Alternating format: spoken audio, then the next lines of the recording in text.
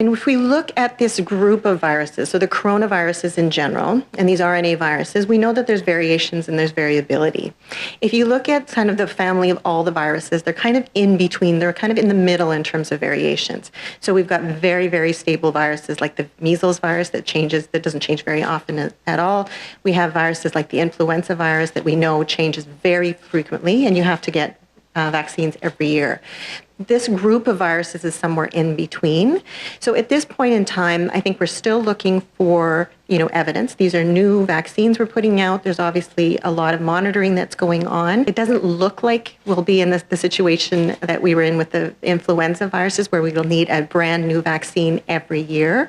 But it's a bit early to tell whether or not we would either need to change these vaccines, or if there's a booster that's needed. And if we do need a booster at some point in time, whether that would be in a year, 2 years, 3 years. So I think this is all the types of information that we're going to be continuing to collect, working internationally to collect that information, and monitoring not only the virus, but obviously these vaccines and how we move forward. If there is a significant change to the vaccine itself, and that can be on the clinical side, it can be in the manufacturing, then they would have to come back to Health Canada with a change.